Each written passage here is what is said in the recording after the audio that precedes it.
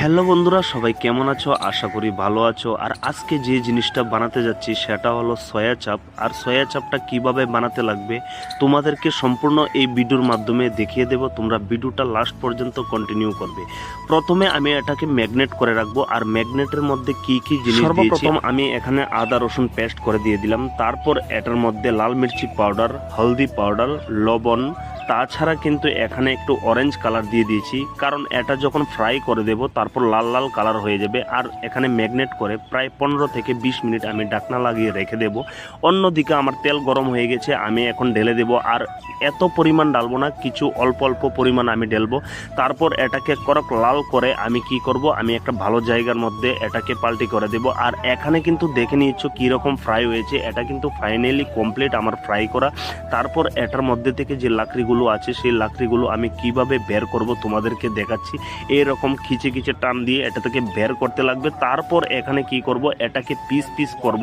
আর কি রকম পিস করতে লাগে তোমরা এটা দেখতে থাকো, ভিডিওটা লাস্ট পর্যন্ত দেখলে খুবই ইন্টারেস্ট আসবে। আর দেখো কতগুলো লাকড়ি বের হয়েছে। আর যদি এই লাকড়িগুলোর সাথে আমি বানাই তাহলে অনেকটাই অসুবিধা হবে খেতে।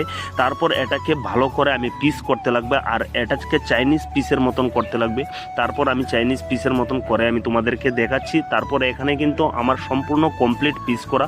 তারপর একের পর এক সম্বাস দিতে গেলে কি লাগবে, প্রথমে লাল মির্চি, তারপর আমি জিরা নিয়ে নিয়েছি, অল্প পরিমাণ তেল, আদা রসুন বাটা। তারপর এটাকে ভালো করে ভুনতে লাগবে। আর এরকম পরিমাণেই ভুনতে লাগবে, এটাকে ব্রাউন কালার করতে লাগবে।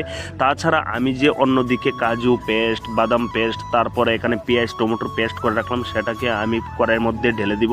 আর কড়াইয়ের মধ্যে ততক্ষণ পর্যন্ত এটাকে ভুনতে লাগবে যতক্ষণ পর্যন্ত না এখানে উপরে তেল আসে, ততক্ষণ পর্যন্ত এটাকে ভুনতে লাগবে। তারপর আমি কি করব, উপরে দিয়ে এই যে এখানে আমি ফ্রাই করে কেটে রাখলাম সেটাকে আমি সম্পূর্ণ ঢেলে দেব। আর ঢালার পর এটাকে ভালো করে আমাকে নড়াচড়া দিতে লাগবে, ভুনতে লাগবে, কারণ এটার মধ্যে লবণ আছে। তারপরও এটা সফট হতে লাগবে, না হলে কিন্তু খেতে মজা নেই। আর এটা কিন্তু লাস্ট আমাদের বানানি। আর তোমরা যখন বাড়ি ঘরে বানাবে অবশ্যই অল্প পরিমাণ ঘি দেবে।